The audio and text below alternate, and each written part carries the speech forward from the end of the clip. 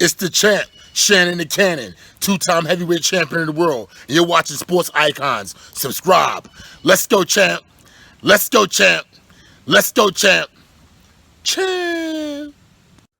All right, hope everybody is doing fantastic. Hopefully you're not too hungover from the success of England last night against Ukraine 4-0. Come on, England. Hopefully they go on and defeat Denmark in the semi-final on Wednesday, then go on to the final and bring that European trophy back to England. Come on, England, click that subscribe button to wish them all the best of luck.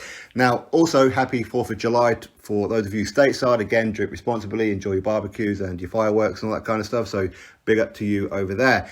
Now, I see a lot of comments, and I'm sure a lot of you guys do as well, when it comes to Deontay Wilder. And again, I'm presuming it's from his fan base, which is that Deontay Wilder has a Hall of Fame resume. His resume is as good, if not better, than a Tyson Fury, Anthony Joshua, Dillian Whyte, and so forth, so forth. So in this video, I'm actually going to go through Deontay Wilder's entire resume. Now, this is not designed for me to hate on Deontay Wilder, nor is it designed for me to perpetuate some kind of narrative to make it better than what it actually is. Okay, so I'm actually going to be very, very neutral as I go through his resume. Now, before we get into his professional resume, let's go back to his amateurs. Now, he did put on a pair of boxing gloves at aged 18, maybe 19 years old, actually. So, again, put on boxing gloves very, very late. So, if he was 19, Anthony Joshua, he put on gloves at 18. So, both of these guys have done very, very well considering they put on boxing gloves so late, didn't they? Whereas a lot of boxers, especially some of the high-end ones, started boxing from a much younger age. So, we have to give Wilder a lot of credit. Now, when it comes to his amateur record, 30 wins and 5 defeats. So 35 fights, 5 of those defeats. A lot of people will point out that he got knocked out by Evander Romanov. Now, Evander Romanov, Russian fighter, of course, that did happen. But ultimately, Evander Romanov is actually an undefeated professional fighter. In fact, Romanov, he took quite a few years off for some reason. And, of course, a few years ago, decided to turn pro. And he's still undefeated right now. I'm surprised Wilder hasn't tried to chase that fight down, try and get revenge on Romanov. I'm surprised he hasn't done that. Anyway, so within that 35 fights, Wilder did win the Olympic bronze medalist in 2008. So his Olympic bronze medal, hence his tagline or his nickname, the Bronze Bomber. Now, what a lot of people don't realise as well is that firstly, Wilder done that at heavyweight. Again, for those of you who don't really watch the amateurs, heavyweight is the equivalent to cruiserweight in the professional. Heavyweight as a professional is super heavyweight as an amateur. Okay, so effectively Wilder won the bronze at cruiserweight. Again, a lot of people don't realise as well is that it's not like he got third place. He got joint third place because actually another bronze medalist in his heavyweight division, which is by Cuban fighter who's actually still an amateur fighter even now, Osme Acosta. Okay, so he's a joint third bronze medalist. The silver, for anybody's interested who doesn't know, Clement Russo of Italy, and the gold medalist from Russia, Rakhim Chagiev. In fact, my pal Tony Jeffries, he got the bronze medal at light heavyweight as well. Of course, he represented Great Britain. In fact, he's from my neck of the woods up here in the northeast of England. He's the son of my pal Phil Jeffries, Jaffa. In fact, Tony, he's over there in Los Angeles doing fantastic for himself. He really is. At Box and Burn that. Go check out his YouTube channel and everything as well. Best of luck to him over there. He's doing absolutely fantastic. Very proud of him. But at super heavyweight in 2008 as well, of course, you'll probably know that the gold medalist for super heavyweight. Super heavyweight is what Anthony Joshua won, what Lennox Lewis won, and of course others. Roberto Camarelli, he won the gold for Italy in 2008. The silver, Zili Zhang of China. Of course, a lot of you will know who he is. And the bronze is actually David Price and Glasgow as well. A lot of you will remember Glasgow. In fact, he's the guy who lost to Charles Martin when Charles Martin became the IBF World Heavyweight Champion. So that is his amateur record. So all things considered, he's done very well, really. In fact, 35 fights, that's only 8 fights less than Anthony Joshua. So again, people do like to point out that Wilder didn't have many amateur fights. Well, Joshua only had 8 fights more as an amateur. They both put on the boxing gloves 18 and 19 years old as well. Okay, so let's get into his professional record. His professional record is 1 draw, 1 loss, and 42 wins. Out of those 42 wins, 41 by knockout. Stoppage, however. Now, of course, we do have to give Wilder the rub of the green, if you like, for his first few fights. Like any fighter, they're going to be fighting journeymen who, of course, are paid to turn up to lose. And, of course, a lot of them are white-collar fighters as well, where they'll come in, they'll get a professional license, have a fight, deliberately lose to, first of all, as a favour, second of all, to get paid, okay?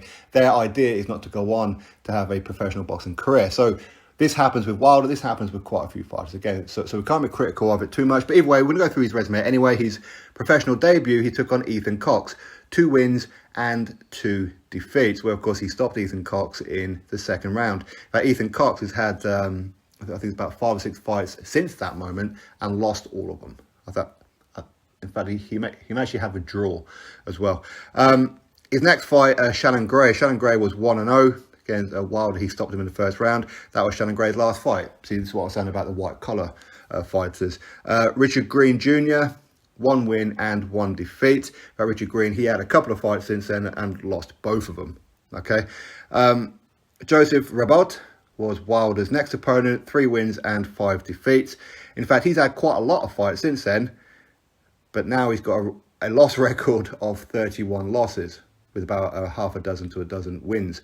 Okay, Charles Brown was up next, 6 wins and 15 defeats. That was Charles Brown's last fight. All of these fights, by the way, Deontay Wilder won by knockout or stoppage, or the opponent just didn't come out. His next opponent was Kelsey Arnold, 1 win, 2 defeats and 2 draws. Kelsey Arnold, of course, got stopped as well. In fact, he's lost several fights since that moment as well, and won maybe 1 or 2. Travis Allen was up next. Again, he gets stopped in the first round. And Travis Allen has, well, in fact, that was his last fight against Deontay Wilder. See, this is that white-collar situation I'm talking about.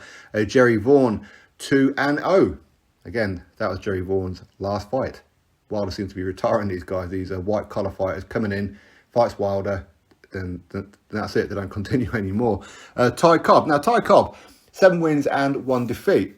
That one, you do actually have to give Wilder, because Ty Cobb has actually had, okay, he's had several losses since that moment, but he has racked up another, 10 wins, 12 wins, something like that, within that moment as well. So that actually wasn't a bad win for Deontay Wilder. Of course, he stopped him in the first round.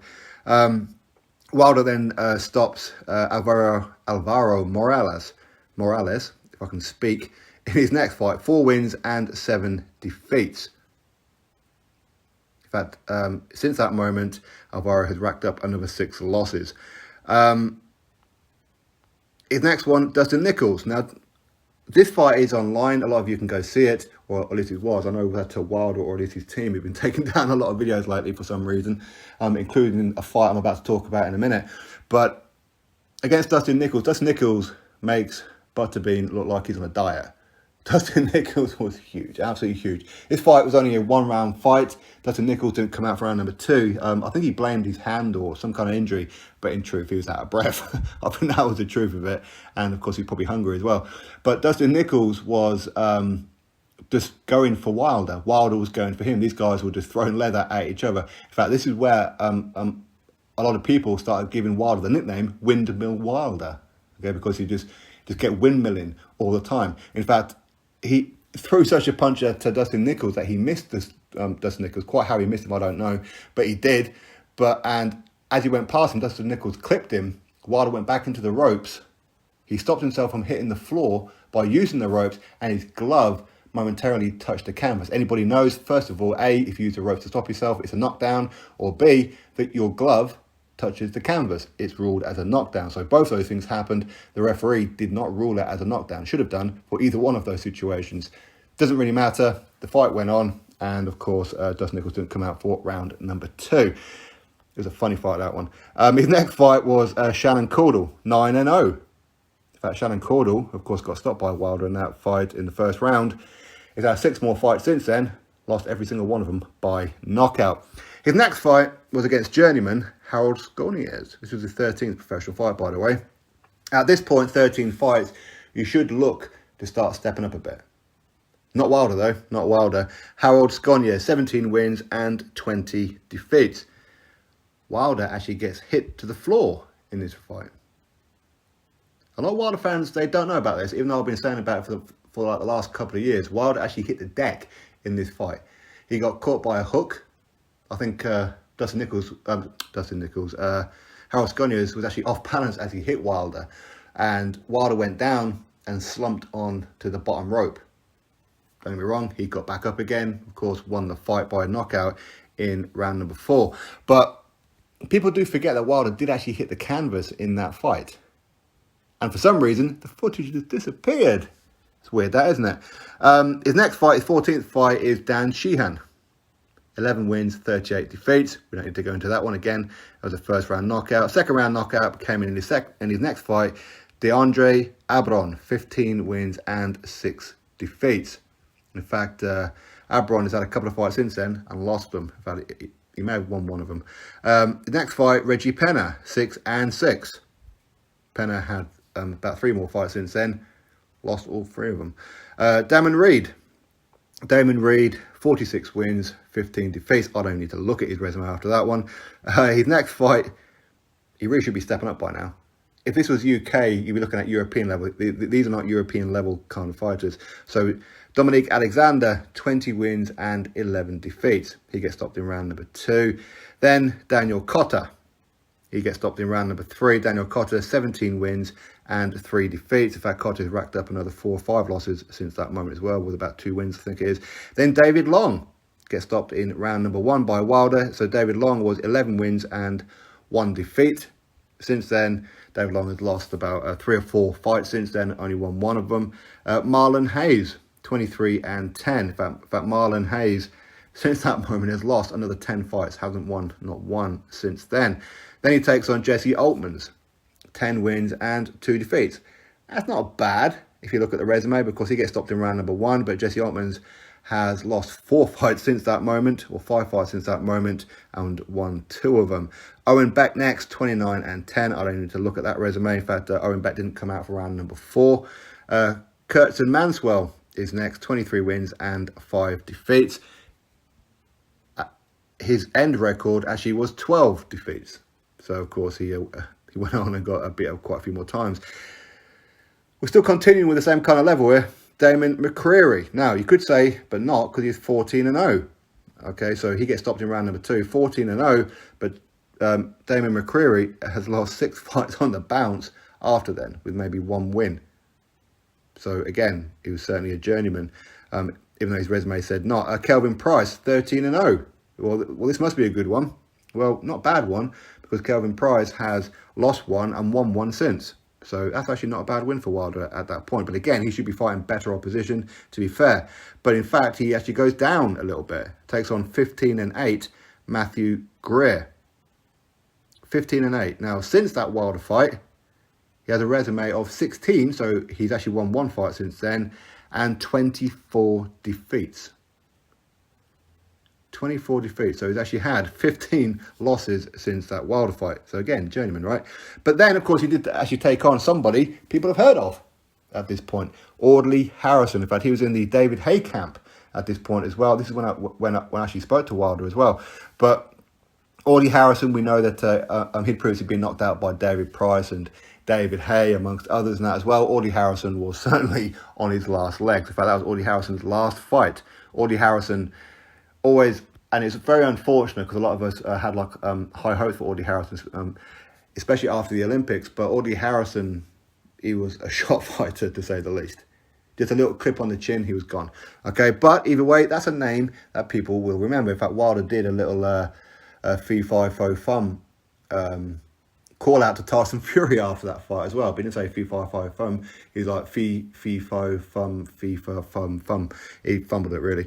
But then he did take on former WBO World Heavyweight Champion Sahi Lakovic. 25 wins and 5 defeats. In fact, Lakovic has had a couple of fights since then and lost 3 or 4 of them. But of course, Lakovic, he did become World Heavyweight Champion. He defeated, I think it was Lamont Brewster, if I remember rightly. But in the very next fight, he lost by knockout to Shannon Briggs, his gold champ. But he took like a 3 or 4 years out of the ring after then as well. And ultimately, late last year, he took on Evander Romanov, the guy who I was speaking about that Wilder fought in the amateurs, who knocked out Deontay Wilder. So Romanov actually recently knocked out Lakovic as well. But still, he is a former heavyweight world champion. So we have to give him some credit for that. Lajkovic, with his 5 defeats, he got stopped all 5 times, really, didn't he? So what can you do? Now, at this point, you really got to be looking at it going, come on, bro, let's step it up. But he didn't. He went in and took on Nikolai Further. Again, he's a guy that we've all heard of, Nikolai Further. He's been in with quite a few good fighters. But at this point, he had 21 wins and 10 defeats. Journeyman match, of course, but Nikolai Further, he went 4 rounds with Deontay Wilder as well. In fact, Lajkovic, he actually got hit on the back of the head. You see, a lot of people were starting to realise this is how Wilder was getting rid of his opponents. If the referee and that's not stepping in, Wilder's actually hitting his opponents on the back of the head with his wrist. It's illegal, right? But still, you know what? You fight until the referee tells you not to, I suppose. So either way, Nikolai Further, what can you do? Then he takes on Malik Scott. Now, Malik Scott, 36 wins and 1 defeat, 1 draw. That 1 defeat was where he got knocked out by Derek Chisora. Malik Scott against Deontay Wilder, winked at Deontay Wilder. Wilder threw a punch, hit Malik Scott on the gloves, no impact to the head whatsoever. Malik Scott went down, rolling around like he'd just been out there on the deer range. Taking a dive much? No, of course not. Anyway, then in his 32nd fight, my goodness, 32 fights. This is way more fights than Anthony Joshua's currently got, right? So 32 fights, he takes on Jason Gavin, journeyman. 25 wins, 16 defeats. What can you do, eh? What can you do? But in his next fight, he gets a world title shot. So, you see, this is where a lot of people have criticism. Because up to this point, of him getting a world title shot, who's he beat? He's had 32 fights. Who's he beat? In fact, his last fight before this one was Jason Gavin. This is where a lot of criticism came in. Why haven't you not fought one of the Klitschko brothers? He was going down the WBC route. You could have fought Vitaly Klitschko. Why didn't you want to do that? Well, we know why. Shelley Finkel, of course, manages Deontay Wilder. And, of course, he's managing the Klitschkos. Didn't want that. He knew the Klitschkos would beat and just retire Deontay Wilder at this point. I think most of us can agree on that one. But either way, he takes on Bermane Stiverne to get the WBC World Heavyweight title. Beats Bermane Stiverne on points. Yeah, Wilder's actually showing some boxing finesse in this fight. Bermane Stiverne, of course, has been previously knocked out by somebody King. I forgot. Is it King? Somebody King. Actually, let me have a look. He did get knocked out by... I want to find his name. I do apologise. He did actually have a draw against Charles Davis. 17 wins and 17 defeats, that guy. Yeah, Demetrius King. Okay, Demetrius King, who had 11 wins and 15 defeats, knocked out by Bermane Stiverne.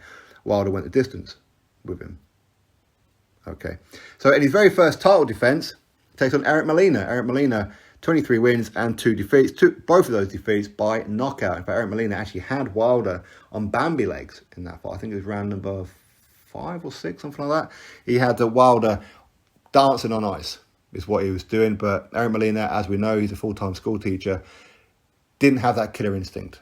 Whereas most heavyweights, certainly top heavyweights, would have jumped all over Wilder and got him out of there. Eric Molina, of course, didn't do that. Ended up getting stopped in round number 9. Johan Duapa was up next. 32 wins and 2 defeats. Johan Duapa, he is somewhat a European level. Okay, but Johan Duapa had never been stopped. Wilder was actually the first person to stop Johan Duapa. Of course, the referee stepped in. Some say prematurely. Doesn't really matter. But especially with only one more round to go, I think Johan Duapa would have got to the end of the fight. But he was lacing up Wilder in that fight. You could see Deontay Wilder's face. It was swollen up like a balloon. Wilder got beat up so bad in that fight. He really did. But, of course, he was landing the bigger, heavier shots. But Duapa just kept on coming forward. And I thought maybe that's why the referee may have stepped in. Because Duapa was taking on too many big punches and just kept on coming forward. Of course, that's not good for your career. Anyway, so that's Johan Duapa. In fact, Johan Duapa went on to become Wilder's sparring partner for quite some time after that. Then, of course, he takes on Artur Szpilka. 20 wins and 1 defeat. That 1 defeat was by knockout to Bryant Jennings. See, this is the kind of guy that Wilder should have been fighting, was Bryant Jennings. Okay? But either way, he takes on Artur Szpilka. Artur Szpilka, in my opinion, out of these 9 rounds, up until Wilder brutally knocked out Artur Szpilka, it was a hell of a knockout, let's be honest. Artur Szpilka probably won 6 or 7 of those rounds up to that point. It was a very one-sided display, in my opinion. But either way, hell of a knockout stoppage. I think Arthur Spilker got overconfident and walked straight into that huge punch. What can you do? Arthur Spilker, we know, ain't great around the whiskers. We've seen that time and time again. Chris Arreola was up next, 36 wins and 4 defeats. In fact, I wasn't happy with this fight. Obviously, we've had Chris Arreola, because obviously Chris Arreola, he got knocked out by Bermane Stiverne. For me, that's taken a step backwards. For me, Chris Arreola didn't deserve a world title shot.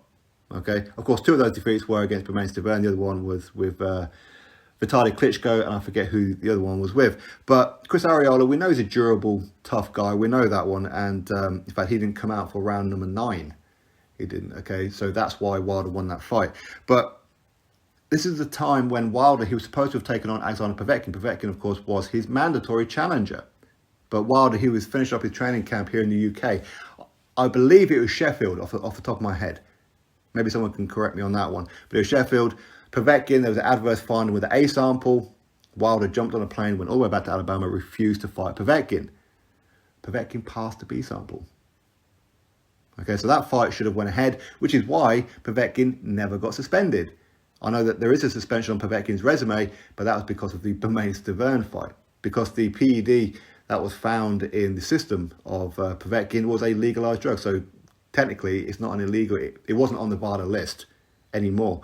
It wasn't on the VADA list up to this particular point. In fact, they gave all fighters X amount of time. I think about 6 weeks to get this out of your system, because all fighters were allowed to take whatever this particular PED was, and Povetkin had a tiny little bit left. The fight should have went ahead, which is why Povetkin ended up winning the court case in the end.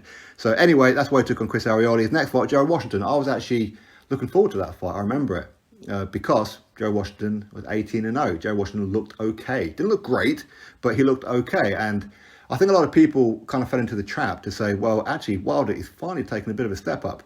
In fact, Gerald Washington, for the first 3 rounds, was bouncing Wilder all over the place, wasn't he? Not off the canvas, but he was certainly winning that fight quite comfortably. But of course, the referee stepped in after Wilder does what he does, started windmilling. The referee stepped in way too soon, in my opinion. I know Gerald Washington did hit the deck in that in round number 5 when the round was stopped, but the way that Wilder was windmilling, he was actually missing Gerald Washington, and the referee stepped in. The referee stepped in way too early. But in some ways, I can't argue it, because I think Wilder was about to get him out there anyway. So that was actually not a bad win. Although now you can look at Gerald Washington and go, actually, the win wasn't that good. But anyway, then he takes on Bermane Stiverne. He was supposed to have taken on Luis Ortiz. In fact, Showtime were actually refusing to air Wilder versus Stiverne, which is why Steven Espinoza forced Wilder to go fight Luis Ortiz. If you want to be on TV, you're going to have to step up and go take on Luis Ortiz, which is why Wilder agreed to fight Ortiz. While Ortiz, he didn't put the high blood pressure medication on the VADA form. Of course, they postponed that fight. So Bermane Stiverne was in next. Bermane Stiverne was his mandatory. He shouldn't have been his mandatory, but we know why. Don King fighter much. That's why he's on there. Bermane Stiverne gets iced in round number 1, as I predicted was going to happen. Then, of course, he does actually take on Luis Ortiz. Again, we don't know how good Luis Ortiz is. His best win was back in 2015 against Bryant Jennings, who Bryant Jennings had come off of a loss to Vladimir Klitschko the very fight beforehand. So we don't know how good Luis Ortiz is. Maybe in time, I mean, it has to be pretty soon time, because like Ortiz, he's 42, 43 years old now. He's getting on a bit now, so we really need to start seeing Luis Ortiz stepping it up. But either way, it was a very good fight. Luis Ortiz gets dropped to the canvas in round number 5. I think it was actually for the first time in his career he hit the canvas. I know we've seen Ortiz on Bambi legs before, but I don't think he actually hit the floor. This is when Luis Ortiz used to dye his hair blonde. But Luis Ortiz had Wilder out there in round number 7. Wilder was out on his feet. Had the referee stepped in and stopped the fight, people wouldn't have complained. I think that's fair to say. And in fact, at the start of round number 8, the referee gave Wilder more time to recover, which you're not supposed to do unless there's a severe cut. But he sent him over to a doctor to get checked out. Buy him more time, much of course. Anyway, Luis Ortiz just showed that he's still an amateur. Messed it up. Okay, he could have and should have just jumped all over Wilder at round number 8 and got him out there. But what can you do? Anyway, his next fight, Tyson Fury. Tyson Fury was 27-0. Fury had beaten Vladimir Klitschko 3 years previous to that. Had 2.5 years out the ring, put on extensive amounts of weight, picked up a little bit of a drug habit, and alcohol problems and whatever else, suicidal thoughts, all that kind of stuff. Comes back, takes on the second best Albanian at cruiserweights, Tyson Fury, then Francesco Pianeta, journeyman. Then he goes over to Los Angeles and beats Deontay Wilder on points. But the judges, of course, gave it a draw, okay, which I think most people would disagree with. But, of course, Fury did hit the deck in round number 9. That was a light one. There was more of a flash knockdown. Round number 12 gets hit to the deck quite heavy. And then he rises from the ashes like The Undertaker and beats up Wilder for the rest of the fight. Or the rest of the round, I should say. So I think most people will agree that Tyson Fury won that fight. Wilder was very fortunate to walk out of that ring still with his belt. Anyway, then he takes on his mandatory, Dominic Breazeale. Again, Dominic Breazeale should not have been a mandatory. In fact, the WBC promised Dillian Whyte and Eddie Hearn that Dominic Breazeale taking on Eric Molina would not be for the mandatory position. They lied. They lied. Eric Molina was ranked, number 10 or 7, whatever it was, in the WBC. In fact, Dominic Breazeale was ranked like number 5, I think it was. So he should not have been a final eliminator, but they gave it to him anyway. Disgusting, right? Anyway, Dominic Breazeale gets iced in round number 1. Again, I predicted that one, even though Dominic Breazeale did actually hurt Wilder in that very same round as well. But Wilder, to his credit, throws a straight right down the pipe. Dominic Breazeale was always there to be hit, gets put out. In fact, a lot of the Wilder fans say, well, Wilder, he knocked out Dominic Breazeale in round number 1, took Joshua 7 rounds, so therefore that proves that Wilder's better than Anthony Joshua. See, this is the narrative where a lot of them go down, where they don't actually see him take on Anthony Joshua. They'd rather just say he can beat Joshua rather than him fight Joshua. But of course, when you point out the fact that Dominic Breazeale was actually undefeated when he took on Anthony Joshua. This was Anthony Joshua's 16th or 17th professional fight as well. And Joshua had glandular fever in that fight as well. And he stopped Dominic Breazeale in round number 7. But of course, I don't like it when you point out that Anthony Joshua stopped both Jason Gavin and Eric Molina much quicker than Wilder did. They kind of go quiet after that one. But either way, Dominic Breazeale, he loses to Wilder in round number 1. In fact, Dominic Breazeale's had a fight since against Otto Wallin. Of course, lost that one on points. Then he gets a rematch with Luis Ortiz. Again, Luis Ortiz dominated that fight. Absolutely dominated Deontay Wilder. Then again, as Luis Ortiz does, he goes all amateur and stands right in front of Wilder for a straight right down the pipe on the forehead. Luis Ortiz makes a poor effort to get up, starts messing about with his gum shield for some strange reason, trying to look like he's all confused. Did he take a dive? Who knows? I don't think so, right? But who knows? Then he takes on Tyson Fury. Last time out, gets absolutely destroyed, where Tyson Fury bounces Wilder up and down off the canvas many times, officially twice, but quite a few times. Again, Wilder used the ropes to save himself. And of course, he did get hit to the canvas a couple more times as well. The referee said it wasn't knocked down, but they were. Either way, the towel comes in, round number 7. Fury, very one-sided, easy fight. Now he's going to be taking on Tyson Fury for a third time that people aren't really asking for in 3 weeks' time. So that is Deontay Wilder's resume. Is that a Hall of Fame resume? Is it? It's not, is it? It really isn't. Does he have a Hall of Famer on his resume? Nope. He does not, does he? He has no Hall of Famers on his resume. Tyson Fury does. He's got Vladimir Klitschko. Dillian Whyte does. He's got Alexander Povetkin. Yes, Povetkin will get into the Hall of Fame. Anthony Joshua does. He's got Povetkin and Vladimir Klitschko on his resume. We're still waiting for Wilder to do something. If he loses to Tyson Fury next time out, however it may go, I would pretty much consider his career over. I don't think Wilder will continue anymore, even though of course there are some fights out there I'd like to see Wilder fight in. So maybe he can get into the Hall of Fame, but if he does, it's because he's got very good friends in high places. Okay, but his resume is pretty poor, right? Anyway, drop your thoughts below, click thumbs up, subscribe, catch you on the next video.